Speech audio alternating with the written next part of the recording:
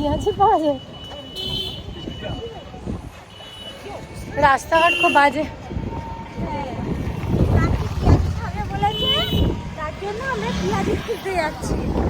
আর এরপরে আচ্ছা, যাবো সাগরিকা হোটেলে, ডিনার করবো, ডিনার করে বাড়ি যাবো, তারপরে মাছ কিনে বাড়ি যাবো। মাছ কিনবো, মাছ কিনে তারপরে ঘরে যাবো।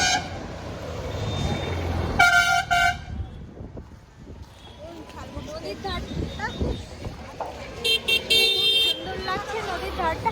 ও আরেকটা জিনিস বলতে ভুলে গেছি, আমি তো আইসক্রিমও খেয়েছি, চোকোবার আইসক্রিম খেয়েছি।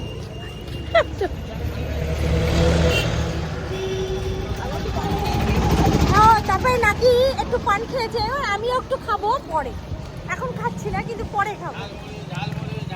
আমি আর কিছু বলবো না, আমার মাই বলে দিচ্ছে সব। হ্যাঁ, আর দাদু ভাই তার দাদুকে নিয়ে আগে আগে হেঁটে চলেছে। বিস্কুট খেয়েছে সামান্য একটু, আর কিছু এখনো খাইনি। এরপরে দেখা যাক কি খায়। ও বাবা দেখো, এই যে দাদু ভাই আর দাদু এই যে পুচকুমনা, পুতু সোনা, পুতু।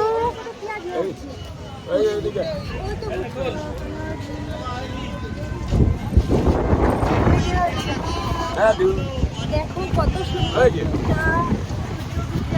যাচ্ছে, সবাই নদীর পাড়ে বসে আছে। তো নদীর হাওয়াটা খুব ভালো লাগছে। দেখছি কি আমার ফুলপুরি দাদুর মাথার চুলটা ফুলফুল করে উড়ে যাচ্ছে, তাই তো? চলো একটু ঘুরে নিই, একটু পরে আবার কথা হবে। বাই। হ্যাঁ, বাই।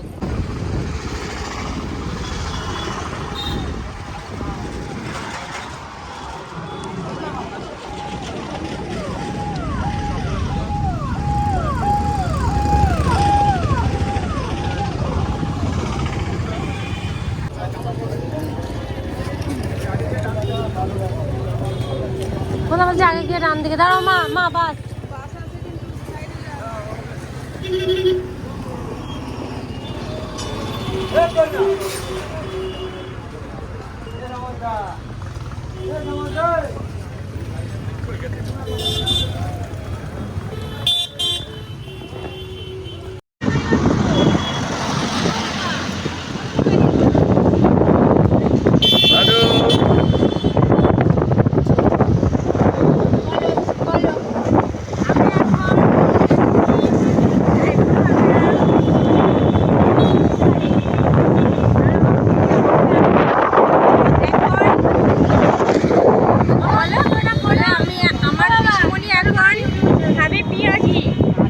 সেই জন্য আমরা একটু পেঁয়াজি খুঁজতে যাচ্ছি, কোথায় দেখি দোকানটা পাওয়া যায়, সেখান থেকে পেঁয়াজি কিনে।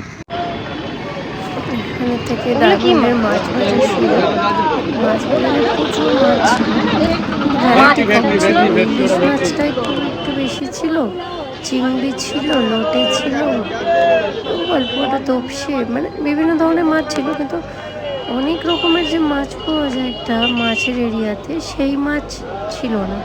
তো ইলিশ মাছের সিজন বলে মনে হয় ইলিশ মাছটাই খুব বেশি ছিল।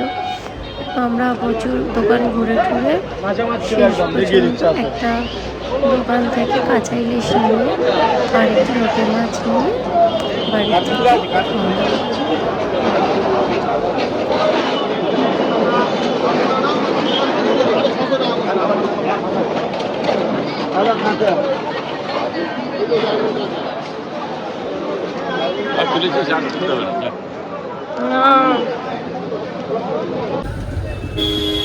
মাছ কিনে আস্তে আস্তে বাড়ির দিকে রওনা হয়েছে, কারণ অনেকটা রাত হয়ে গেছিল। চলো আবার কোনো এক সময় দেখা হবে নেক্সট কোনো ভিডিওতে। চলো টাটা, বাই বাই। সবাই ভালো থেকো, সুস্থ থেকো, আমার পাশে থেকো। কাদের বাড়ি?